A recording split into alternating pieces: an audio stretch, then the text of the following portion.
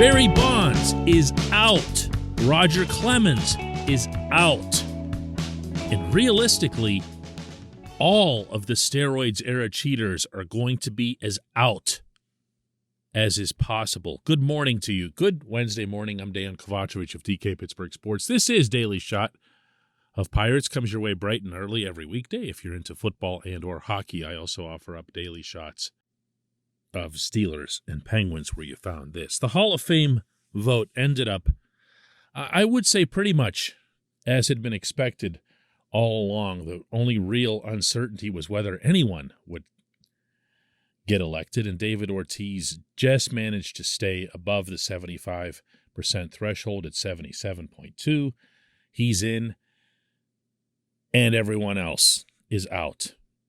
And of greater significance, I'm sure, to the baseball community, including in Pittsburgh, Bonds, Clemens, and a couple others are now done with their 10 years on the writer ballots. They could still get in.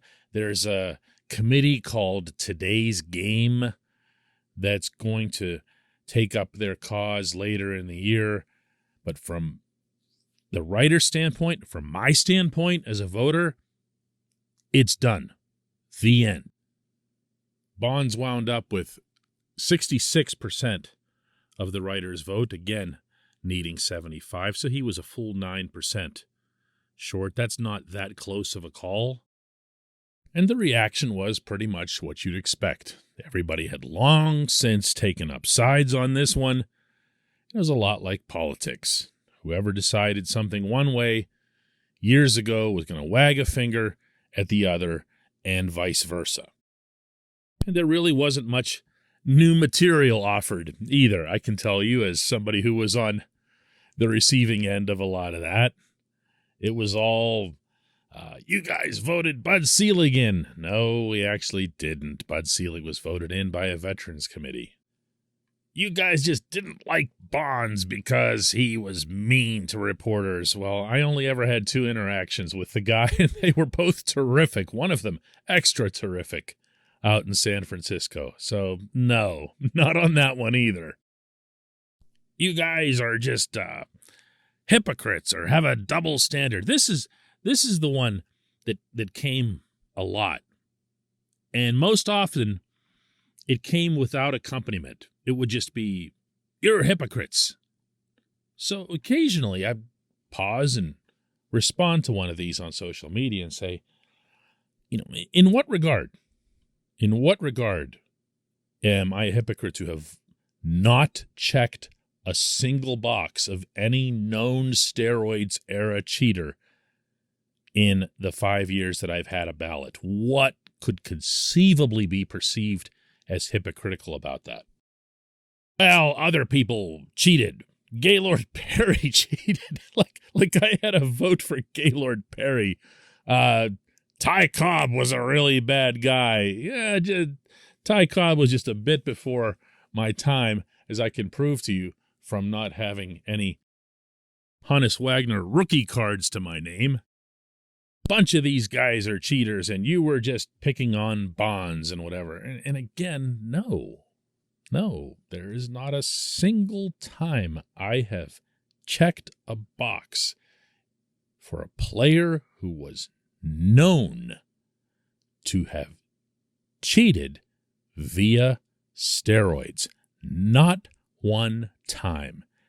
And ideally, now that this is done, and now that Alex Rodriguez only got 36% of the vote and has a mountain to climb ahead of him, we're going to be done with this issue once and for all. This portion of Daily Shot of Pirates is brought to you by our friends at North Shore Tavern. That's directly across Federal Street from PNC Park. It's home of Steak on a Stone, an eating experience, underscoring the word experience. The steak is brought to you partially cooked on an 800-degree stone, and you do the rest. It's a ton of fun, it's a great meal, and it's a baseball atmosphere like no other in Pittsburgh. North Shore Tavern, right across Federal Street from PNC Park. At some point in recent years, it became fashionable in the baseball community to overlook the cheating, to suggest that it really didn't matter much. It wasn't important. And the only people that were worried about it are, old, stodgy, cigar-chomping baseball writers. My belief, my observation, is that this originated with the analytics community. My recollection of seeing articles printed beginning a few years ago, dramatically downplaying cheating as part of any sort of analytical discussions or breakdowns. Why? Because can't quantify it. This has long been a pattern of the analytics community's, plural, of any sport. When something comes along that you can't attach data or a number to, they get a little cringy about it, and they start saying that it doesn't matter. This is what happened with clutch. This was way before any cheating discussions arose. With clutch, there was nothing that anyone could attach to it. How do we know what's going through a player's head or nervous system as he steps into the box with runners on second and third, 2 outs in Game 7? We have no idea. We can interview the participants, which is what reporters do, and we get their feedback and share it as best we can. They all believe in it, like 1 billion%, but no one in the analytics community does. So they began dumping on the concept of clutch. That, to me, was the beginning of the analytics community just saying anything that we can't put a numeral on must not exist. Cheating came next. And because of the heavy influence that the analytics community has on baseball in particular, most of it, believe me, very much for the better. I'm not one of those people that bashes either analytics or their impact on the game. I'm not crazy about some of the after effects. I don't think any of us are, including people in the analytics community. But I think it's been a great positive for baseball, and then after that, other sports that followed suit. Baseball was the pioneer here. I've never appreciated this component, intended or otherwise, where something as simple and basic and universally accepted as sportsmanship was allowed to just be swept under the rug. There isn't a sport played anywhere on this planet, at any level, any age group, any scope, that doesn't have rules against cheating. Not one. Not one. You could get in a good game of marbles in the Mongolian desert, and you've got rules to follow. And if you break those rules, you're either penalized or disqualified. That somehow, just out of nowhere, stopped mattering. And then the sycophants in the national baseball media, all of which, by the way, were pandering like crazy on social media. What an outrage this is. Give me a break. They all know Bonds cheated. They all know Clemens cheated. They're not guessing at it. They're not speculating. They know with deadlock certainty that these guys cheated.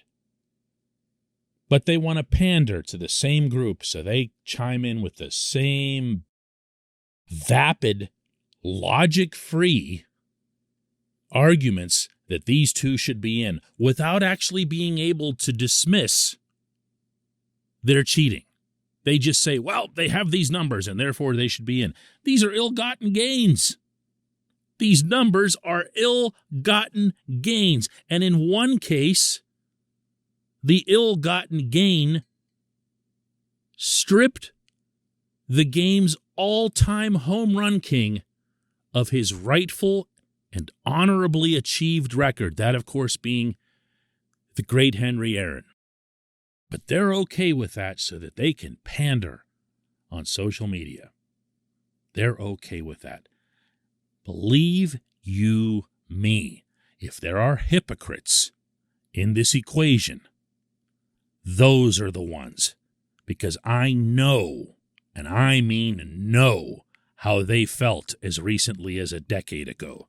They're the ones who changed, the 66% or so who voted in favor of a cheater to make it into the Hall of Fame. When we come back, just one question.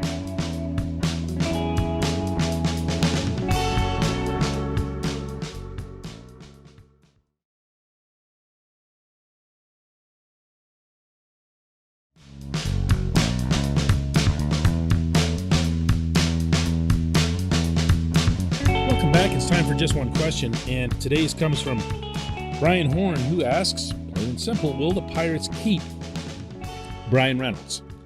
The easy answer to that, Brian, the casual answer is yes. They hold his rights for 4 more years, and particularly after the past 48 hours of labor negotiations between Major League Baseball's owners and players, it's become very clear that nothing will change as it relates to how long a team can retain a player before he hits free agency. There had been some discussion, some counter proposals for the players, specifically that asked if players could become free agents a year earlier. That was summarily dismissed, and they've appeared to have moved on past it. So, Reynolds' rights belong to the Pirates for the next 4 years through arbitration. Without boring everyone to tears as to how arbitration works, they agree on a salary based on precedent. And if they don't agree, it goes to an independent arbitrator who stamps a number on a piece of paper, and that's the amount that he's getting paid. After that, he's on the open market. Now, if you're actually asking, Brian, and I will presume that you are because most people do, whether or not he can remain a Pirate for the foreseeable future, meaning beyond 4 years, meaning some kind of I don't know if it's a Fernando Tatis type of deal. My feeling is that any extension would be a lot more likely in the mold of what we saw with Andrew McCutchen, Starling Marte, Gregory Polanco, a couple others along the way in recent years. Yes, I understand this is a new front office, but it's the same owner, and they've also kind of hinted, meaning Ben Cherington and his people, that this is more the model than it is just breaking the bank the way San Diego did and committing themselves to Tatis, Manny Machado, and others for really, really long periods of time and potentially trapping themselves into really dark days when those players are up into their mid and late 30s. The model that existed with Kutch and these other individuals was simple. You sign them through their arbitration years. So in Reynolds' case, that's the 4. And he has that money now guaranteed as opposed to just swimming from post to post year after year. And then he, blows out his knee or something one year and then he doesn't make anything, because he's done. But in addition to the 4 years, you offer buyouts for free agent years that go beyond that.